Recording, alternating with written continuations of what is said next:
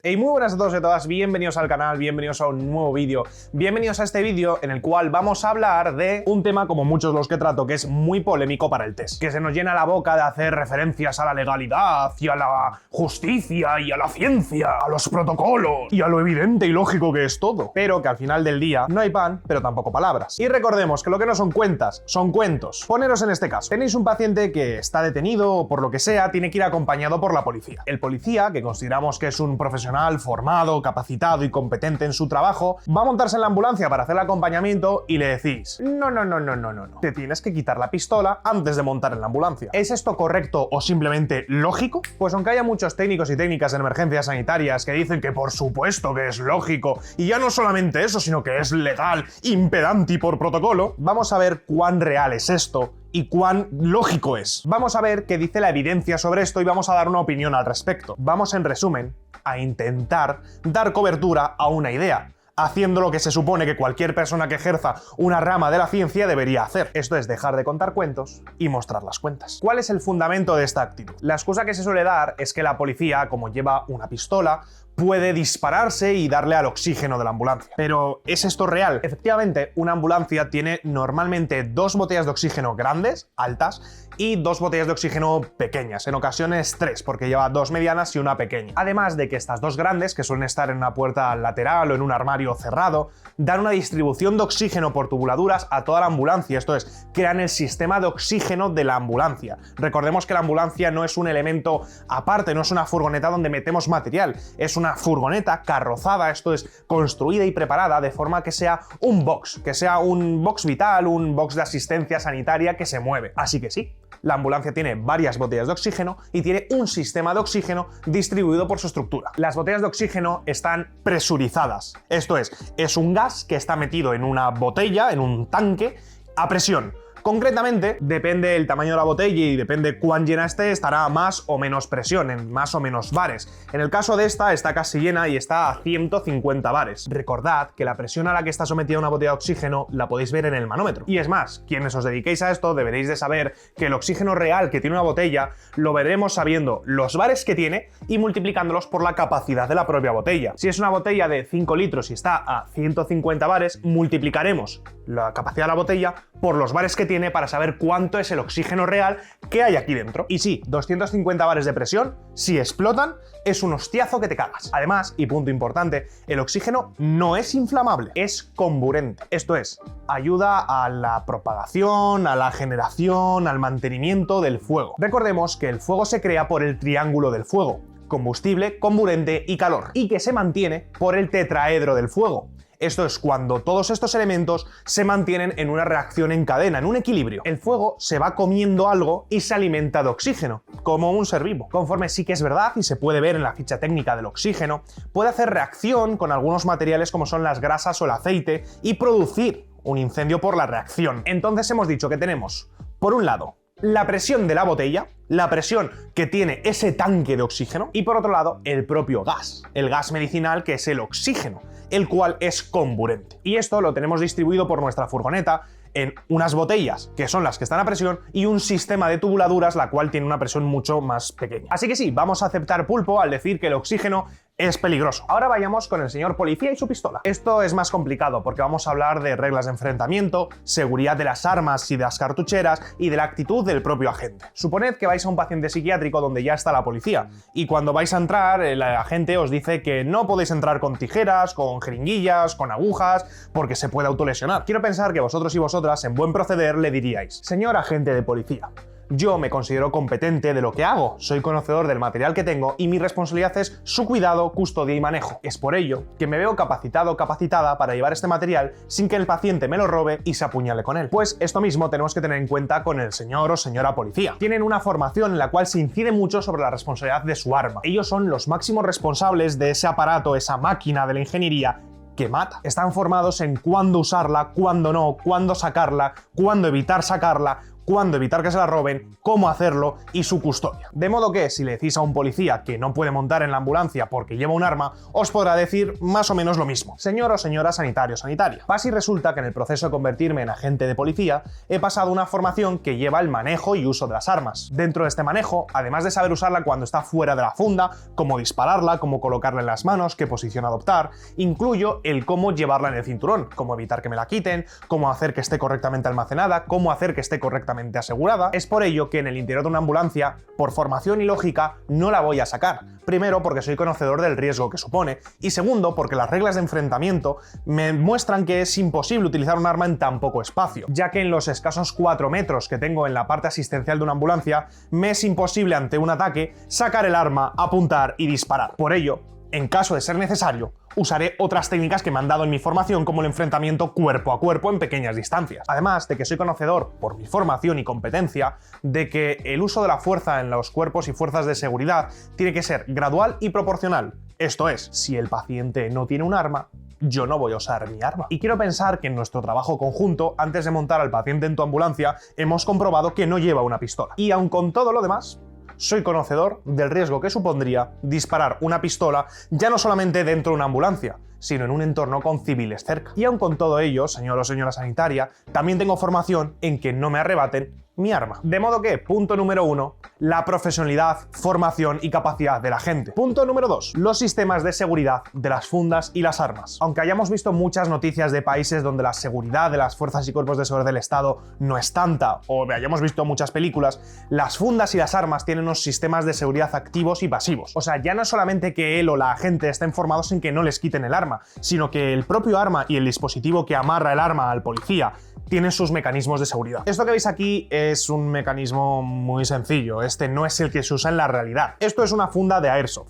Repito, no es el que usa la policía. Ningún cuerpo policial en España, y creo que en Europa, utilizan este mecanismo, porque es muy sencillo, eficaz, pero muy sencillo. Consiste en un botón, el cual cuando vas a coger el arma, tienes que apretar para sacar el arma. Y de hecho el dedo ya lo tienes en la posición en la que se agarran las armas. Por si no lo sabéis, las armas en general no se cogen así, se cogen así, para garantizar la seguridad. De modo que si en un forcejeo intentas tirar de esto, no hay forma, no sale. Habría que enganchar, apretar y sacar. De hecho, si os dais cuenta, incluso la disposición de este, que recordemos no es el que usa la policía, está pensado para que vaya a ser el usuario portador del arma quien la pueda sacar. Supongamos que el arma va así.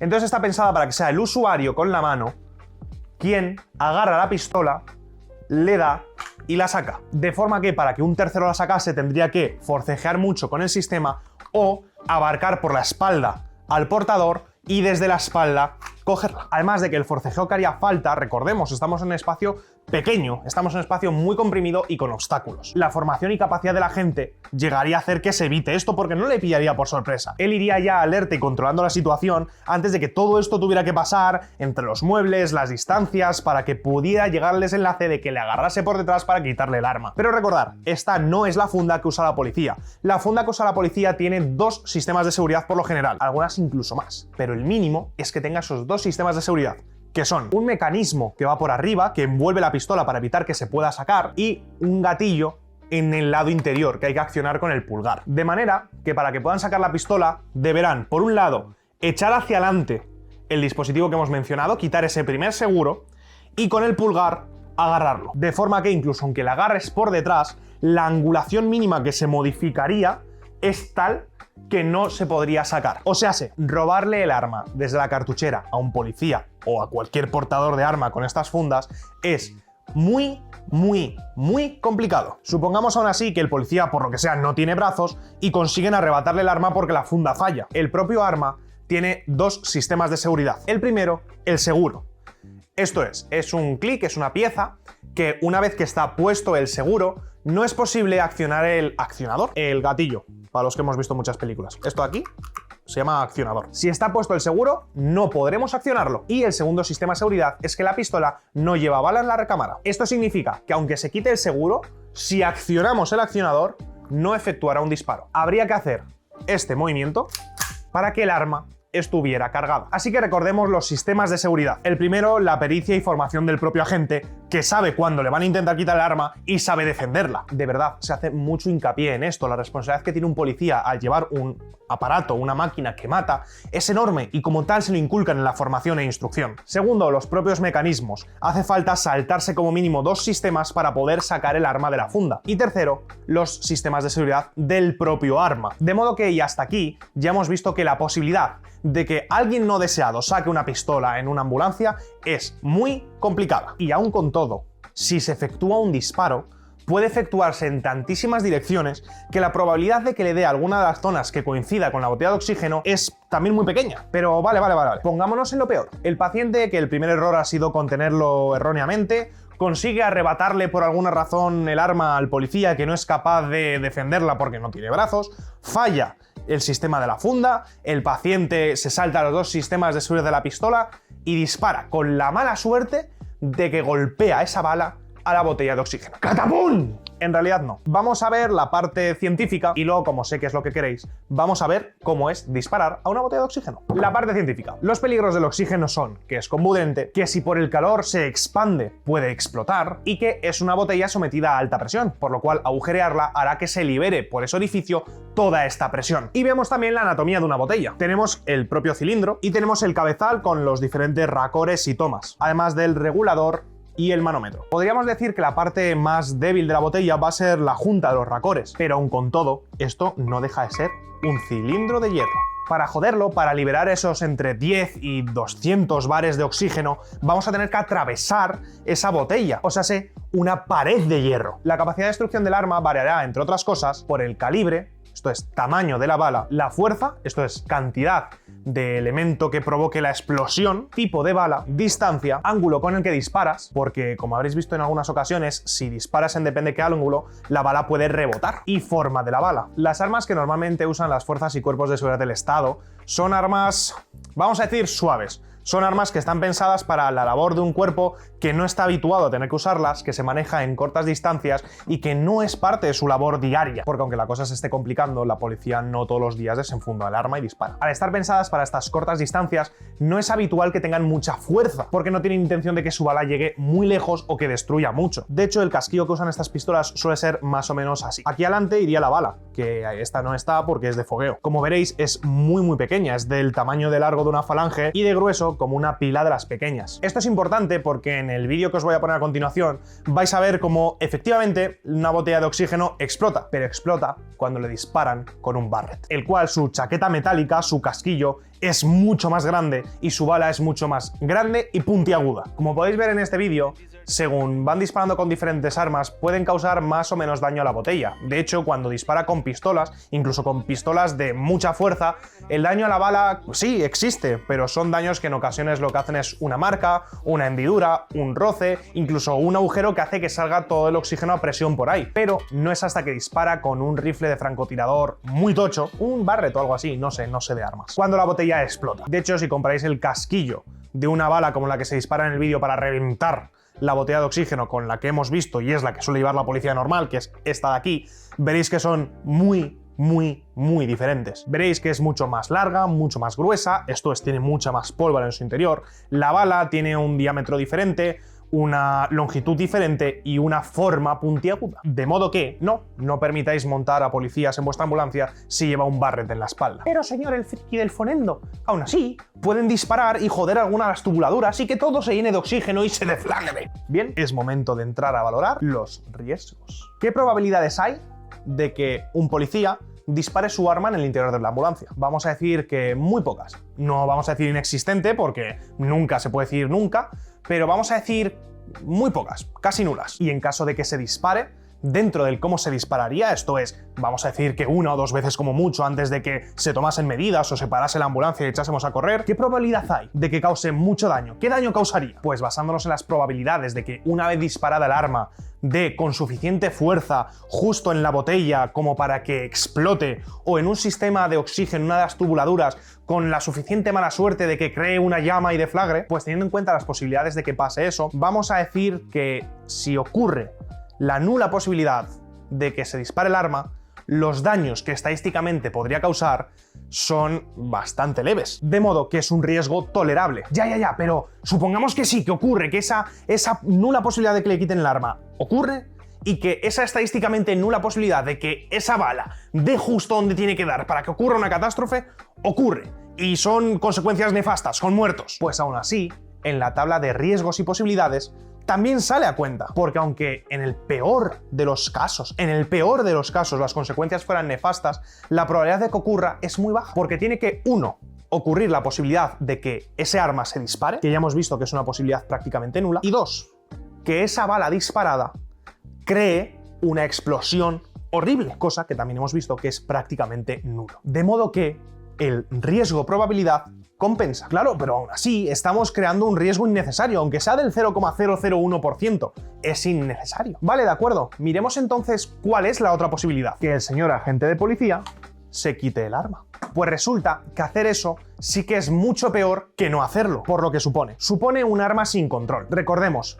cada agente es responsable de su arma. Entonces ya tienes a un policía que su máxima responsabilidad no está con él. No es él el que tiene capacidad sobre ella. Está en otro sitio. Y por ende vas a tener otro policía que no va a estar lo que tiene que estar. Va a tener que estar a su arma y a la de su compañero. Y no a conducir el coche detrás de la ambulancia, a estar precavido a lo que pueda ocurrir, a bajarse a asistir a su compañero si fuera necesario en un combate cuerpo a cuerpo en el interior. O sea, objetivamente sería peor. Porque esto ya estaría ocurriendo desde el momento en el que el policía se quita su arma. Además de otros tantos riesgos como que el arma se pierda, el coche patrulla tenga un accidente y el arma ya no esté asegurada porque no está atada al cinturón de un policía, sino que estaba suelta, o en la guantera, o amarrada, lo que sea, pero no está donde está pensada para ir. Entonces ocurre un accidente, el arma rueda por ahí y ya tienes un arma perdida sin quien tiene que controlarla por ahí. U otro riesgo, resulta que el policía tiene que parar el coche, bajarse a auxiliar a su compañero y alguien puede robar ese arma. Estamos creando muchos más riesgos con consecuencias mucho peores y mucho más probables que en la primera opción. De modo que no.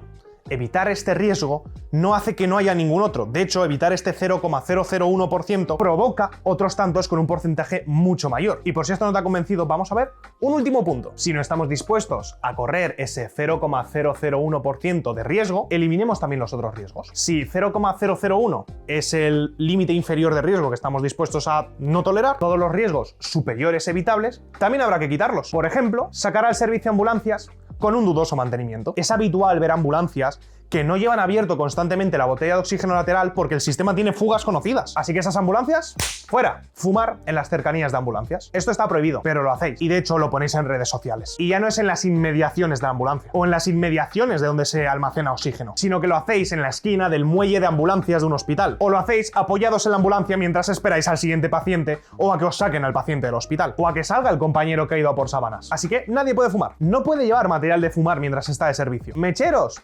Nanay. Desfibriladores. Hay un riesgo, aunque sea mínimo, de que haya un pequeñísimo arco voltaico en las propias comprobaciones electrónicas del aparato, porque falle, no deja ser un aparato electrónico que en su circuito interior está haciendo sistemas eléctricos, como al realizar una electroterapia al paciente. De modo que, fuera. El desfibrilador y el monitor en la ambulancia apagados. Solamente se usan y se efectúa una electroterapia al paciente fuera de la ambulancia. Linternas pupilares, linterna de casco, frontales, las bombillitas que os compréis en Decathlon, todo eso, salvo que tengan todos los permisos e inspecciones, fuera. Vaya a ser que la linterna que te compras por AliExpress meta un chispazo. Es más. Si abrimos la puerta lateral donde está el oxígeno, están los paneles eléctricos y las baterías del sistema de ambulancia. Los controladores de las sirenas, de la luz trasera, el sistema de carga de la ambulancia, todo lo que hace que esa furgoneta se convierta en ambulancia está puesto ahí, en el mismo compartimento que las botellas de oxígeno. Así que fuera, nada, no ponemos oxígeno en las ambulancias o no las convertimos en ambulancias. Dejémoslas como furgonetas. No, tampoco. El motor puede generar chispas.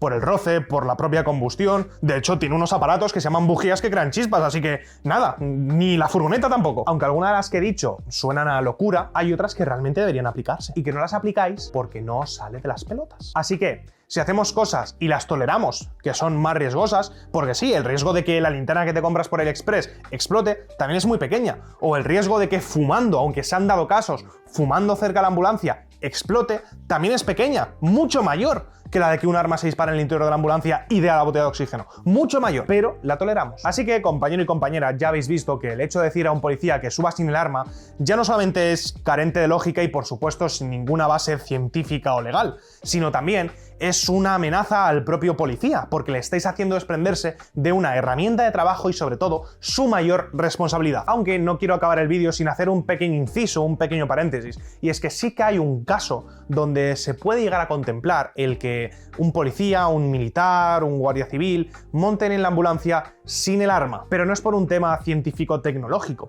o por un riesgo de que algo explote, es por un tema de lo que ese logo, esa organización representa. Hablo de todos los medios y recursos, no solamente de vehículos o de las ambulancias, de la Cruz Roja o Media Luna Roja. La Cruz Roja se considera que es un símbolo neutro, sin armas, de modo que aunque cogido con pinzas, sí que puede llegar a tener que valorarse el que en algún vehículo o en algún edificio o en algo relacionado con esta institución se entre sin armas, por lo que esta institución representa, por la neutralidad de este logo, pero no por un riesgo de que algo explote. Esto es algo que quedará en manos de cada servicio y de lo que haga esta institución en cada comunidad y país. Así que, compañeros y compañeras, espero haber arrojado algo de luz sobre este dogma, este palabra de dioses, este escrito sobre piedra, de que en una ambulancia no puede montarse un agente de la autoridad con pistola ya que puede todo explotar.